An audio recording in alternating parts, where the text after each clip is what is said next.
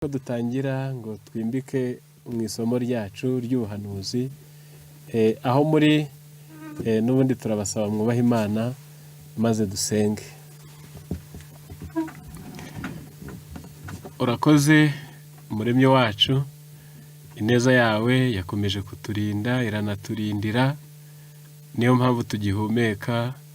Izina ryawe nirihabwe icyubahiro.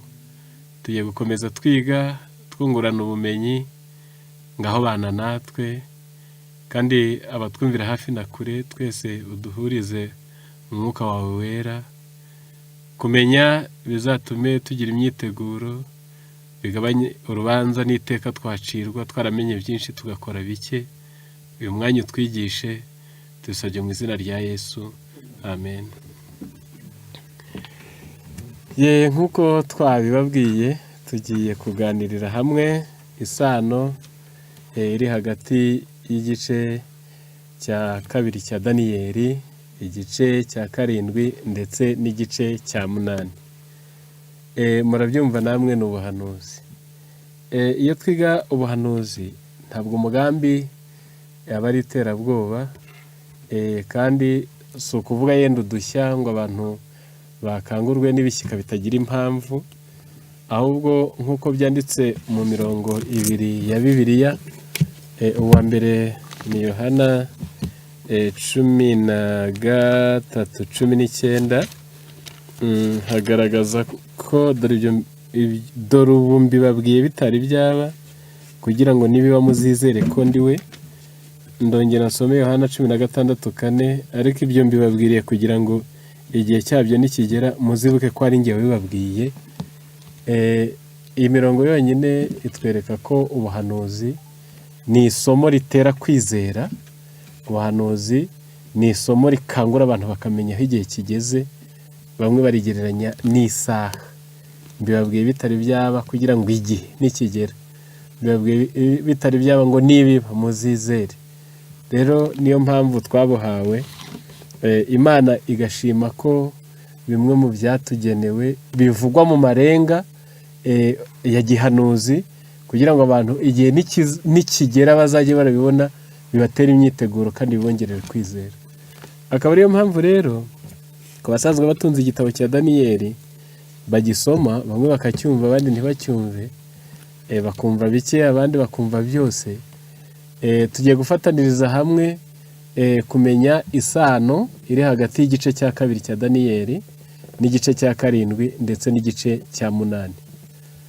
Mbibutse, uyu muhanuzi Daniyeli ni umwe mu bantu banyazwe n'umwami Nebukadineza, akabavana iwabo i Buyuda i Yerusalemu akabajyana i Babuloni. Yabanyaze ahagana mu myaka y'imbere cyane za 605. Daniyeli ntabwo ari ubuhanuzi Daniyeli yahawe, ahubwo icyo gice cya kabiri kiri kutubwira ngo umwami arota inzozi, abapfumu bananirwa kuzisobanura. Ni inzozi umwami yarose, ahubwo icyo Daniyeli yakoze yaje gusobanura izi nzozi. Noneho igice cya karindwi Daniyeli we yareretswe inyamaswa enye, n'igice cya munani arerekwa. Nuko ngaho mu nshamake, mu gice cya kabiri umwami Nebukadineza, ubwo ni umwami wa Babuloni nyine, arose inzozi. Dore inzozi yarose, yarazirose araziyoberwa, ahamagara abapfumu n'abakonikoni bo mu gihugu, cyane ko yari yarabashyiriyeho ishuri bazajya bigira muri ibyo by'ubuhanga n'ubumago. n'Abadaniyeli barishyizwemo, ariho banagaragarije uburyo bakunda isomo ryo kwirinda, ubwo bangaga gusangira n'umwami igaburo yari yabageneye. Nuko abahamagaye ngo bamubwire ibyo yarose ko yari yabyibagiwe birabananira. Nibwo yatanze itegeko ko ubwo bamurira ibyo kurya bakigira kuri minerivare ye, nibibananira bari bwicwe. Noneho Daniyeli wabanaga n'Imana yo mu ijuru nibwo yavuze ati ntugire abo ukoraho, ibyo ndabikubwira. Daniyeli rero nibwo yaje, ni mu gice cya kabiri uhereye ku murongo wa 36, asobanura izo nzozi. Azisobanura atya nuko izo nzozi kandi turasobanura impamvu, nuko izo nizo nzozi kandi turasobanura oya Kamere 3:1. Nuko Nyagasani wabonye igishushanyo kinini, icyo gishushanyo cyari kinini cyane, kirabagirana cyane, cyari kiguhagaze imbere, kandi ishusho yacyo ikaba yari iteye ubwoba. Nuko icyo gishushanyo umutwe wacyo wari izahabu nziza, kandi igituza cyacyo n'amaboko yacyo byari ifeza, inda n'ibibero byacyo byari imiringa, amaguru yacyo yari ibyuma, n'ibirenge byacyo byari igice cy'ibyuma n'ikibumba. Urabyitegereza ugeze aho ibuye ryaziye ritarimbuwe n'intoke, ryikubita ku birenge by'icyo gishushanyo by'ibyuma n'ibumba, rirabimenagura. Nuko icyuma n'ibumba n'umuringa n'ifeza n'izahabu bihera ko bimenagurikira rimwe, bihinduka nk'umurama w'aho bahurira mu cyi, bitumurirwa n'umuyaga, ntibyagira ishyikizo, maze iryo buye ryakubise igishushanyo rihinduka umusozi munini, rirangiza isi yose. Nuko izo nizo nzozi kandi turasobanura impamvu yazo aho imbere y'umwami. Nuko we Nyagasani uri umwami w'abami, Imana yo mu ijuru yaguhaye ubwami n'ubushobozi n'imbaraga n'icyubahiro. Yaguhaye inyamaswa zo mu gasozi n'ibisiga byo mu kirere, by'aho abantu baba hose, ibishyira mu kuboko kwawe ngo ubitegeke byose. Nuko Nyagasani wa mutwe w'izahabu ni wowe, kandi uzakurikirwa n'ubundi bwami budahanije n'ubwawe gukomera. Kandi hazaba ubundi bwami bwa gatatu bw'imiringa butegeka isi yose, ariko ubwami bwa kane buzakomera nk'icyuma, kuko ibyuma ari byo bimenagura ibintu byose bikabijanjagura, kandi nk'uko ibyuma bimenagura ibintu byose, niko ubwo bwami buzamenagura bukajanjagura butyo. Kandi nk'uko wabonye ibirenge n'amano ari igice cy'ibumba ry'umubumbyi n'igice cy'ibyuma, niko ubwo bwami buzigabanyamo, ariko muri bwo hazaba gukomera nk'ibyuma. Nk'uko wabonye ibyuma bivanzwemo ibumba, kandi nk'uko amano yari igice cy'ibyuma n'igice cy'ibumba, niko ubwo bwami buzamera, igice cyabwo kimwe kizaba gikomeye, ikindi kidakomeye. Nibaza ko mwabyumvise nk'uko mwari musanzwe musoma iki gice. Ibyo turi busobanure muri iki gice ni ugushimangira ibyo mwumvise. Iki gice kigizwe, iki gishushanyo umwami yarose kigizwe n'ibice bine. Ni umutwe w'izahabu. Zahabu ni ibuye rikomeye cyane mu gaciro mu mabuye ari ku isi. Ni agatuza n'amaboko abiri by'ifeza, n'inda n'ibibero by'umuringa. Noneho hakabaho amaguru y'ibyuma, ariko wamanuka hasi ahashyira amano akaba ari ibyuma bivanzwemo ibumba. Ubwo tugenekereje twavuga ko iki gishushanyo cyo kigizwe n'ibice bikomeye bine: ni izahabu, ni ifeza, ni umuringa, ni icyuma. Noneho uko yarose ibi bice Daniyeli amusobanuriye, nta gushidikanya buri wese aranaboneraho kumenya impamvu zabyo. Iki gishushanyo cyari kigereranije n'ubwami buzategeka isi, kandi ukurikije imwe mu mirongo twagiye dusoma, bageze nko ku bwami bwa gatatu ngo uzakurikirwa n'ubundi bwami bwa gatatu bw'umuringa butegeka isi yose. Ni ukuvuga ngo ubu bwami bwagombaga gutegeka isi ni ubwami bune. Wakwibaza ngo bubaye bune gute kandi kuva aho isi yabereyeho, cyangwa se kuva kiriya gihe isi yarategetswe n'abami benshi, n'ubu bihugu byigabanije byinshi binini n'ibito. Ibihugu bivugwa cyangwa se aya mama avugwa yagombaga gutegeka isi nibyo bita puissance mondiale. Ni ibi bihugu biba bikomeye byiganzura isi bikayikandamiza, nibwo bwami buvuzwe hariya. Rero kuva Nebukadineza yarota kugeza uyu munsi wa none nge nawe tuvugana, bihanuwe ko amami azayobora isi 8, kandi muri ubwo bwami bune baravuze ngo Nyagasani wa mutwe w'izahabu ni wewe. Ubwo ubwami bwa mbere bwari ubwa Nebukadineza wayoboraga ingoma y'i Babuloni. Ku bakunda amateka, bwatangiye ahagana muri 605 imbere y'ivuka rya Yesu. Ubu bwami bwa Nebukadineza bugeranijwe n'umutwe w'izahabu, ntabwo ari we wenyine wabwicayeho, kuko bwatangiye 605 imbere y'ivuka rya Yesu bugeza 538. Urumva ko bwamaze imyaka itari mikeya. Ntabwo ari we wenyine rero wabuyoboye ngo abe ari we mwami wabwo uvugwa wenyine, ahubwo hari abandi bami bavugwa, ndabatondeka nk'uko bavugwa. Nebukadineza niwe wabubanje, hakurikiraho umuhungu we witwaga Evil-Merodach cyangwa se Meri-Marduk. Iryo zina naryo ryanditse muri Bibiliya zanyu mu bami no muri Yeremiya. Hayoboye undi witwaga Baladani, nawe yanditse muri Bibiliya zanyu. Amateka atubwira ko habaye undi witwaga Nergal-Shazzar. Amateka akatubwira ko habaye undi witwaga Nabonidus. Uyu Nabonidus ntabwo nawe ari we wasoje iyi ngoma, ahubwo amateka afatanije na Bibiliya akatwereka ko yari afite umuhungu witwaga Berushaza, akaba ari we wasoje ubu bwami bwa sekuru Nebukadineza. Ubwo ku basoma Bibiliya, Berushaza yima ingoma handitse ko ari mwene Nebukadineza, ariko mu by'ukuri ni umwuzukuru we iyo duhuje amateka na Bibiliya. Kandi koko Imana igihe yagabiraga Nebukadineza ubu bwami yabivuze mbere gato yuko Abisirayeli bajyanwa muri buriya bunyage. Byanditse muri Yeremiya igice cya 27 umurongo no wa 7, ahanditse ngo nuko rero mbere 6, nuko rero ibyo bihugu byose nabigabiye umugaragu wanjye Nebukadinezari umwami w'i Babuloni, n'amatungo yo mu misozi narayamuhaye ngo amukorere, kandi amahanga yose azamukorera, we n'umwana we n'umwuzukuru we. Iri jambo bari ryo mwumva.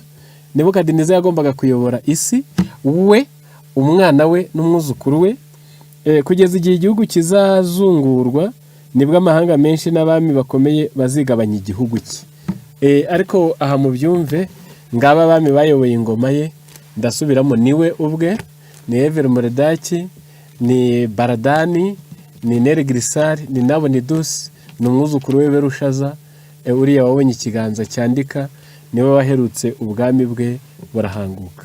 Bwatangiye rero, ndasubiramo, ahagana 605 imbere y'ivuka rya Yesu, baramanura bugeza inyuma turaza kureba. Ubu bwami nk'uko yabwiwe ngo uzakurikirwa n'ubundi bwami, nta zina ryavuzwe. Ubwo rero turaza kubireba tugeze mu gice cya 7 ndetse n'igice cya 8. Ariko kuko tuzi amateka, ubwami bwamukurikiye ni ubw'Abamedi n'Abaperesi. Turaza kubaha ibihamya gusa bibishyigikira. Bwatangiye ahagana muri 538, mwibuka ko nk'uko tubisoma muri Bibiliya, Abamedi n'Abaperesi ni amoko abiri yategekeraga hamwe. Ariko umurongo nshaka gusoma gusa, bukeye Berushaza ibyo byarangiye bamuteye bamukuye ku ngoma, ni Daniyeli 6:1, mu zindi Bibiliya ni 5:31, haranditse ngo ubwo bwami buhabwa Dariyo w'Umumedi, yari amaze nk'imyaka 62 avutse. Ibi turaza gusobanura impamvu zabyo. Abamedi n'Abaperesi ni amoko abiri yategekeraga hamwe, ni amoko abiri yategekeraga hamwe ajya imbu ku buyobozi. Ubwo rero ijoro Nebukadineza umwuzukuru we yapfuye Berushaza, bwakeye ubwami buramutswa Dariyo w'Umumedi. Noneho ngubwo ubwami bwakurikiyeho, ariko aha nta kinini turashobora kuhavuga tutarinjira mu bindi bice, cyane ko ariho n'izina ryabo neza rivugwa. Noneho mu mwaka wa 331 ubu bwami nabwo bwarahangutse, hakurikiraho ubwami bw'Abagiriki. Ubwo nabwo muri iki gice bavuze ngo hazaza ubwami bwa gatatu bumeze nk'umuringa, nabwo butegeka isi yose. Abagiriki nabo bategetse isi yose nk'uko Abamedi na Nebukadineza bayitegetse. Intara zose zari zituwe nibo batangaga gahunda n'amategeko. Kandi uko aba bami bategetse, abiga amateka bo bijya biborohera. Hari utuntu tw'udusigisigi n'uyu munsi wa none banduje mu isi tugikora. ku buryo wavuga ngo ibi ni kiritire y'Abagiriki, iyi ni kiritire y'Abamede n'Abaperesi, ibi byazanywe n'ab'i Babuloni, iyi mibare iki ubuhanzi, ubugenge, hari ibintu bakoze ku isi n'uyu munsi wa none bigifite aho wabibariza bitewe n'uko bayoboye isi. Ubwo rero nabo sindabavugaho byinshi kuko ndongera kubagarukaho. Mu mwaka w'168 imbere y'ivuka rya Yesu niho nkivuga, Abagiriki nabo barahangutse, hajyaho cya cyuma twavuze aribwo bwami bwa Roma. Ubwami bwa Roma turaza kubisesengura, ariko kambe mvuze ibi bikurikira. Bwatangiye mu 168 imbere y'ivuka rya Yesu. Mbibutse ko umwami Yesu avuka n'ubundi yavutse ku ngoma y'Abaroma, n'ubundi apfa yapfiriye mu ngoma y'Abaroma. Ni nabo bamwishe mu itiku ry'idini y'Abayuda, nibo bari bigaruriye isi, nibo barabategeka. Intumwa ze n'ubundi zabwirije ubutumwa mu ngoma y'Abaroma. Abakayizariya bajyaga bakora amabi barenganya b'Imana, ni ingoma y'Abaroma. Noneho ingoma y'Abaroma ikaba ifite imigabane ibiri ivugwa muri Bibiliya nk'uko turaza kuyireba. Igira Roma mpagani, ikagira na Roma nkirisito. Ibyo byose byabaye muri ubu bwami. Abanyumva nubwo tutarabigeraho, niyo ngoma turimo, ni y'Abaroma. Ndetse byanatera na bamwe kwibaza batese bayoboye hehe, tubabona he ko kuri tele ntabyo tubona bahakora, ariko turaza kubireba. Nibwo bwami buyoboye isi. Kuri iki gishushanyo nimwibuke ko iyo bigeze hasi ku gishushanyo cy'umuntu haba hari ibirenge, kandi ibirenge bigira amano 10. Ubwo ayo mano 10 nayo afite ubusobanuro yo ku gishushanyo. Haje ibuye rero riragikubita ngo kirajanjagurika, kimera nk'umurama waho bahurira mu cyi. Iryo buye nta rindi ni Yesu n'ubwami bwe bizahangura ingoma zo ku isi. Ibi nubwo bamwe yenda batabyumva, niba muri izi nzozi haragaragaye ko amama azategeka isi kugeza Yesu aje arane, none tukaba turi ku bwami bwa 4, kandi koko bugeze ku byuma, aho bavuze ngo ni ibyuma n'ibyondo. Aho hasi mu gitabo kimwe bisobanuye ko hazaba ari uruvangitirane rw'amama akomeye n'andi yoroshye nk'uko na Bibiliya yabivuze. Nawe urabibona niko bimeze. Hari ibihugu by'ibihangange, hari uduhugu duto. Aho ku mano iyo hasi hafite ubusobanuro burenze, niho tugeze. Ubwo n'uwiga ubuhanuzi ajya amenya ati burya n'imperuka iranageze ugereranije n'igihe cyategetswe. Ngaho inshamake y'icyo gice ndayirangije. Ubwo utari ubizi ndasubiramo. Biriya bice 4 bigize igishushanyo bigereranya abami 4 bagombaga gutegeka isi kugeza Yesu aje, uhereye kuri Nebukadineza.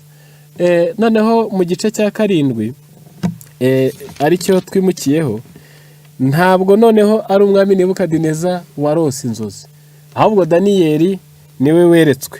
Kandi mbibutse ko ibi yeretswe noneho yabyerekwaga yageze mu bundi bwami. Ngaho ndasoma mu mwaka wa mbere wo ku ngoma ya Berushazari umwami wa Babuloni. Ibi yabyeretswe bikiri kwa Berushaza, ariko bukeye bigiye guhinduka.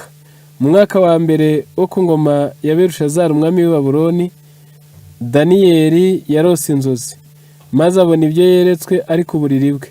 Ahera ko yandika ibyo yarose, arobanuramo ingingo zabyo zikomeye. Ubwo Daniyeli aravuga ati, mu byo neretswe nijoro nagiye kubona mbona imiyaga 4 yo mu ijuru ihubukira ku nyanja nini. Muri iyo nyanja havamo inyamaswa nini enye zidasangiye ubwoko. Iya mbere yasaga n'intare, ifite amababa nk'ay'ikizu. Nyihanga amaso kugeza ubwo amababa yayo ashikurijwe, igahagarikwa ku isi, igahagarika amaguru yemye nk'umuntu, kandi ihabwa umutima nk'uw'umuntu. Ndongera mbona indi nyamaswa ya kabiri isa n'idubu, yegutse uruhande rumwe, kandi yari itambitse imbavu 3 mu mikaka yayo. Barayibwira bati, byuka uconjomere inyama nyinshi. Hanyuma y'ibyo mbona indi nyamaswa isa n'ingwe. Ku mugongo wayo yari ifite amababa 4 asa n'ay'igisiga, kandi yari ifite imitwe 4 ihabwa ubutware. hanyuma y'ibyo nitegereje mu byo neretswe nijoro, mbona inyamaswa ya kane iteye ubwoba, y'inyamaboko n'imbaraga byinshi cyane. Yari ifite imikaka minini y'ibyuma, iconshomera ibintu irabimenagura, ibisigaye bisiribangisha amajanja yayo. Ariko yari ifite itandukaniro n'izindi nyamaswa zose zayibanjirije, kandi yari ifite amahembe 10. Nitegereje ayo mahembe, mbona muri yo hameze irindi hembe ritoya, imbere yaryo hakurwa amahembe 3 mu yari asanzwe, kandi kuri iryo hembe mbonaho amaso asa n'ay'umuntu n'akanwa kavuga ibikomeye.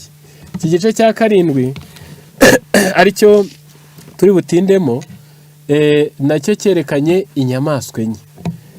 Ariko aho ziturutse ntabwo turi busobanura akantu ku kandi. Habanje imiyaga. Abatazi ibyo ari byo, imiyaga ni intambara. Imiyaga ni ibibazo. Imivu irahurura, imiyaga irahuha, imivu iratemba nk'uko mwabisomye muri Matayo. Ntabwo aba ari ubuhoro, ahubwo imiyaga ivuza intambara. Nyuma y'izo ntambara nizo zavutsemo inyamaswa enye. Inyamaswa rero 7:17 haranditse ngo izo nyamaswa nini uko ari enye nibo bami 4 bazaduka mu isi. Ziriya nyamaswa nta kindi zishushanya, zivuza abami 4 bagombaga kwaduka mu isi. Bana b'Imana, ubwo ibi bice nabyo niba igishushanyo cyari gifite ibice 4: izahabu, ifeza, umuringa n'icyuma. None n'inyamaswa nazo zibaye enye, kandi ku cyuma byamanukaga hepfo bikagira amano 10. None n'iyi nyamaswa nayo ya 4 yari ifite amahembe 10. Ibyo bintu birasa. Nuvuga ngo mbwire abiga ubuhanuzi mu rwego rwo kubakingurira irembo ry'ubushakashatsi no gukomeza gusoma, igice cya 7 n'igice cya 2 ni kimwe. Nuko byakoresha imvugo zitandukanye, ariko rwose biriya bice uko ari 4 byose bivuga ibintu bimwe. Ngaho reka dusesengure twifashishije Bibiliya. Intare yavuzwe muri iki gice nk'uko izahabu ari ryo buye rikomeye ryageranije ubwami bwa Nebukadineza bwa Babuloni. No mu matungo cyangwa mu nyamaswa, intare yitwa umwami w'ishyamba, n'ubundi igereranya ubwami bwa Nebukadineza. Ariko ibi byo igihe Imana yahanuriraga Abisirayeli bagiye kuzaterwa na buriya bwami bukabanyaga bukabigarurira, byabivuze ibyeruye. Ngaho ndabivuga somye imirongo 2 ni Yeremiya 4:7. Yeremiya 4:7, Imana yarababwiye iti mwa Abisirayeli mwe, reka mbabwire ibigiye kubabaho. 4:7, intare yasohotse mu kibira cyayo, kandi umurimbuzi w'amahanga yarahagurutse aviwe, azanywe no guhindura igihugu cyawe umwirare, n'imidugudu yawe ikaba imisaka, igasigara itagira uyituyemo. Subwo nimuturuka haraguru bari bari guhanurirwa ibizababaho, ariko arababwiye ngo ibyo bizabaho si ibindi, ni intare yasohotse mu kibira cyayo, kandi umurimbuzi w'amahanga yarahagurutse aviwe, azanywe no guhindura igihugu cyawe umwirare, n'imidugudu yawe ikaba imisaka, igasigara itagira uyituyemo. Niko byagenze, niko Nebukadineza yatetewe Yerusalemu. Kubiga abami ba 2 igice cya 24, biriya bice biheruka, yahagabye ibitero bigera muri 4, arahatsemba, ararangiza, aramaririza. Rero yiswe intare. Muzabisoma muri Hoseya, nuko byari byarahanuwe, yenda bamwe ibiri bubagore kubona ndi gusoma Hoseya iri inyuma ya Daniyeli, ukibaza uko ba Daniyeli banyazwe bakagenda, Hoseya ikaza inyuma. Niko bipanze, niko barunze ibi bitabo, ariko ibyo muri Hoseya nibyo byabaye mbere. 13:7-8 haranditse ngo nicyo gituma nzabamerera nk'intare, nzabategera mu nzira nk'ingwe, nzabatera ameze nk'idubu yambuwe ibibwana byayo, nzacagagura inkanizo z'umutima wabo, kandi nzahabaconshomera nk'intare y'ingore, inyamaswa z'inkazi zizabatanyagura.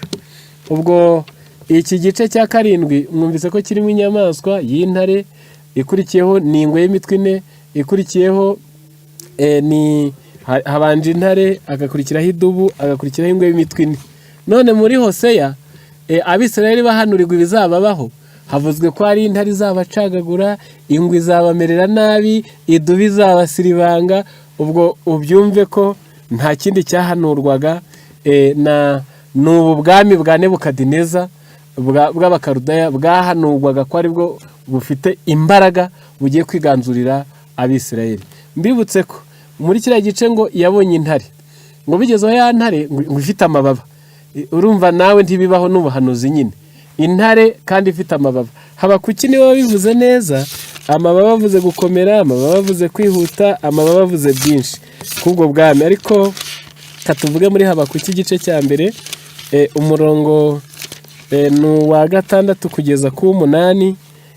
Kuko mpagurukije abakarudaya, ni bwa bwoko bwa Nebukadineza, bwa bwoko bukaze kandi buhutiraho, ngo bukwire isi yose, buhindura igihugu kitari icyabo, nabo gutinywa kandi batera ubwoba.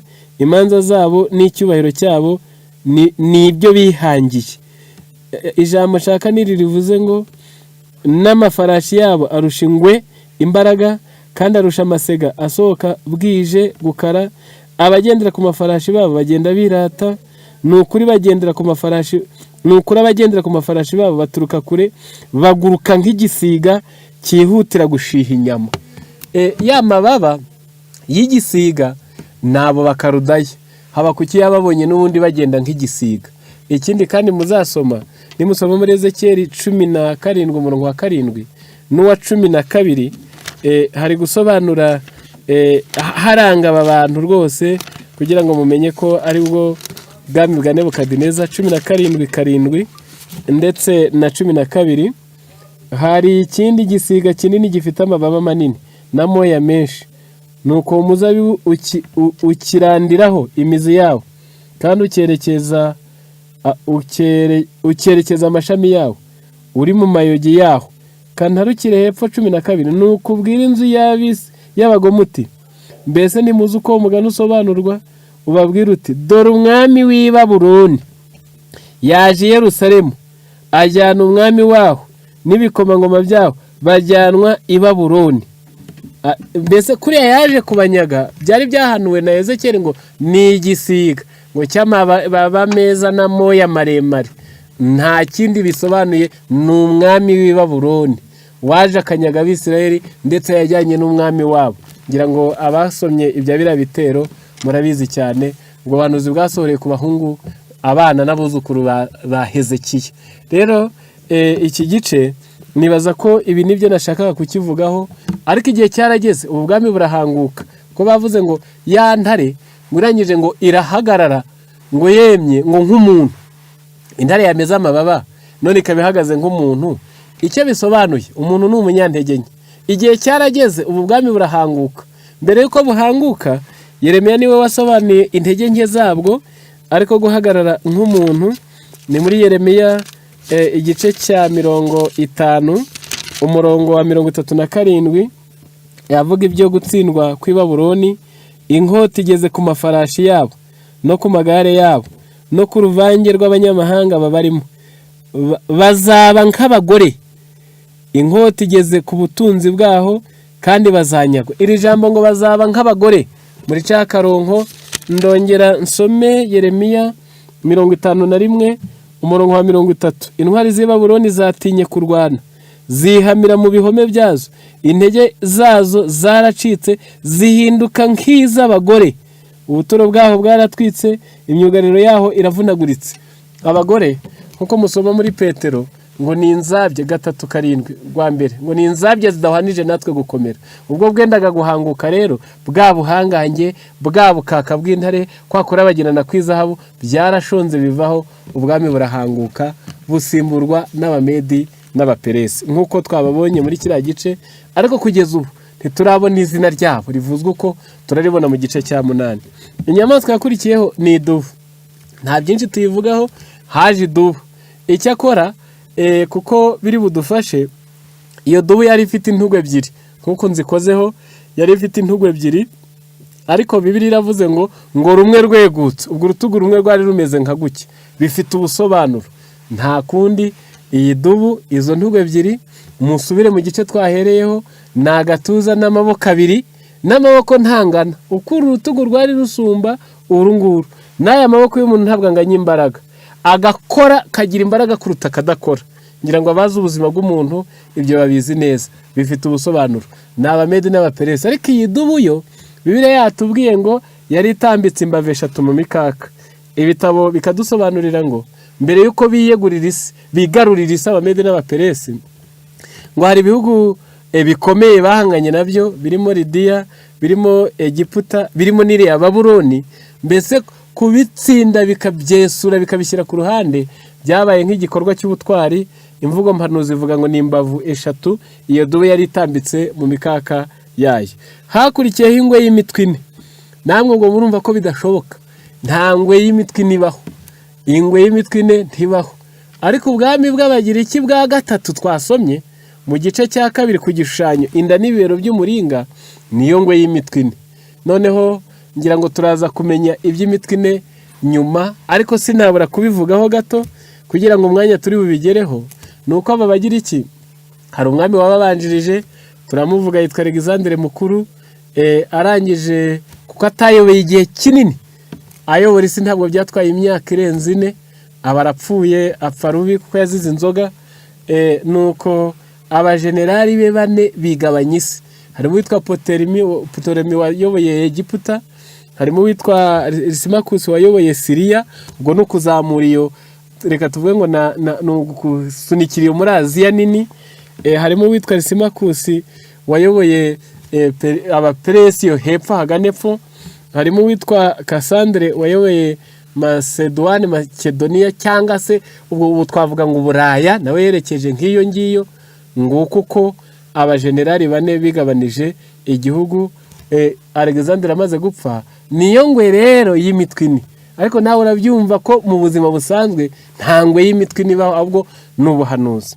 Hanyuma haje inyamaswa iteye ubwoba y'inyamaboko. Ubwo kubita hirya ku gishushanyo, icyuma nicyo kijanjagura ibintu byose, ngo kikabimenagura ibindi kikabisiribanga. Niko twasomye, icyuma kijanjagura kimenagura ibintu byose. None haje n'inyamaswa iteye ubwoba y'inyamaboko.